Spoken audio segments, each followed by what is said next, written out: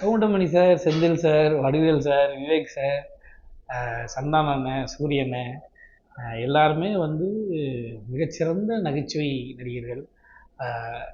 நீங்கள் கவுண்டமணி, செந்தில் சார், வடிவேல் சார்லாம் வந்து நம்ம லைஃப்பில் இருந்து எடுக்கவே முடியாது. நம்ம வாழ்க்கையோட கலந்துருச்சு அவங்களுடைய நகைச்சுவை.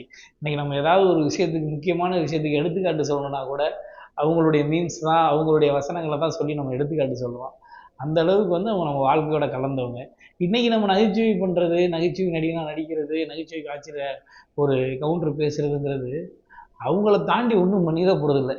அவங்க பண்ணதுலேருந்து இன்ஸ்பயர் ஆகி தான் எல்லாருமே பண்ணிக்கிட்டு இருக்கோம். இன்றைக்கி என்ன ஒரு சிறப்பான விஷயம் வந்து அது அன்னையிலேருந்தே இருக்குது. இன்றைக்கி அன்றைக்கின்னு அதை பிரிச்சிட முடியாது. கதையோடு இன்றைக்கி வந்து காமெடி நகைச்சுவைங்கிறது ரொம்ப முக்கியமாக எல்லா படத்துலையுமே இன்றைக்கி அதை ஃபாலோ பண்ணுறாங்க. இன்றைக்கி வந்து நகைச்சுவைங்கிறது கதையோடு சேர்ந்து தான் வருது. அப்படி தான் வரணும். இது அன்னையிலேருந்தே இருக்குது. இதை இன்றைக்கி அன்னைக்குன்னு பிரிச்சிட முடியாது. கதை திரைக்கதையோடு சேர்ந்து நகைச்சுவை கதாபாத்திரமும் சேர்ந்து வரும்போது இன்னும் மிகச்சிறப்பாக அதை எல்லோரும் கனெக்ட் பண்ணிக்கிறாங்க. அதை நம்ம லைஃபோடு சேர்த்து கனெக்ட் பண்ணிக்கிறாங்க. ஆடியன்ஸ் வந்து அதை ரொம்ப என்ஜாய் பண்ணுறாங்க. ஏன்னா ஒரு ட்ராக்காக ஒரு காமெடி பண்ணுறதுங்கிறது இப்போ அது இல்லை.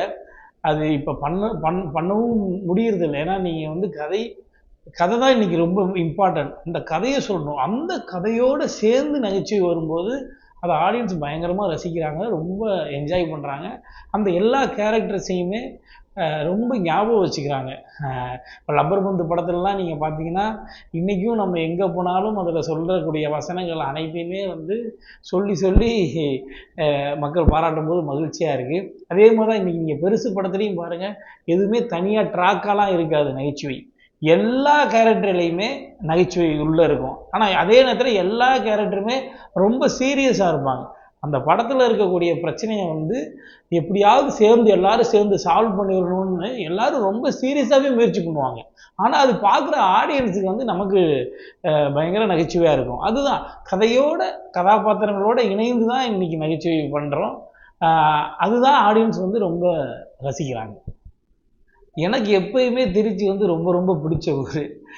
திருச்சியோட மக்கள், திருச்சியோட நண்பர்கள் எல்லாருமே வந்து ரொம்ப உரிமையாக பழகுவாங்க.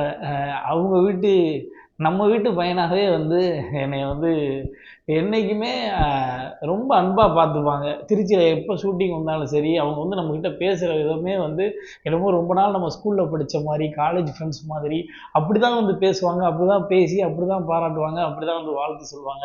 ஒரு ஃபோட்டோவை வந்து அவங்க கேட்குறது கூட அவ்வளோ உரிமையாக இருக்கும்.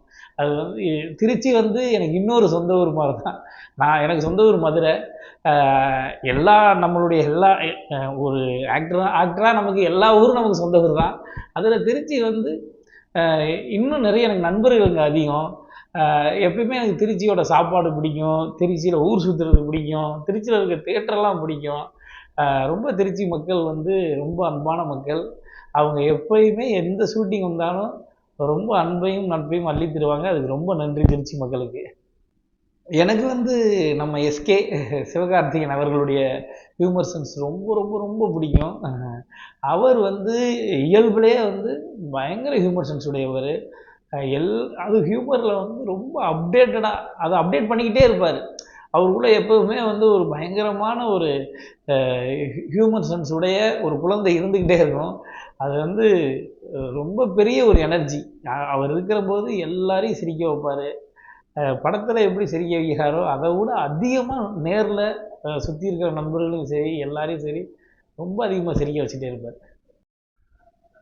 பாலிட்டிக்ஸில் வந்து யார் வேணாலும் வரலாம், அது அவங்களுடைய உரிமை. பாலிட்டிக்ஸுங்கிறது எல்லோரும் தெரிஞ்சுக்கணும், எல்லோரும் பாலிட்டிக்ஸில் பார்ட்டிசிபேட் பண்ணணும். நம்மளை சுற்றி நடக்கக்கூடிய அரசியலை வந்து நம்ம ரொம்ப புரிஞ்சு நடந்துக்க வேண்டியது, அதை தெரிஞ்சு நடந்துக்க வேண்டியது, அதை நம்மளுடைய அடுத்த ஜென்ரேஷன் சொல்ல வேண்டியது ரொம்ப அவசியம். அப்போ நம்ம அரசியலுக்கு வர்றவங்களை நம்ம ரொம்ப வரவேற்கணும். அரசியலில் இன்ட்ரெஸ்ட் உடையவங்களை நம்ம என்கரேஜ் பண்ணணும். ஸோ எல்லோரும் அரசியல் தெரிஞ்சுக்கிறது, அரசியலுக்கு வர்றது, அது சினிமா துறையை சார்ந்தவங்களாக இருக்கட்டும், எந்த துறையை சார்ந்தவங்களாக இருக்கட்டும், அரசியலுக்கு வருவதுங்கிறது ரொம்ப நல்ல விஷயம். விஜய் சாருடைய அரசியல் பயணத்துக்கு என்னுடைய மனமார்ந்த வாழ்த்துக்கள். தமிழக வெற்றி கழகத்திற்கும் என்னுடைய மனமார்ந்த வாழ்த்துக்கள்.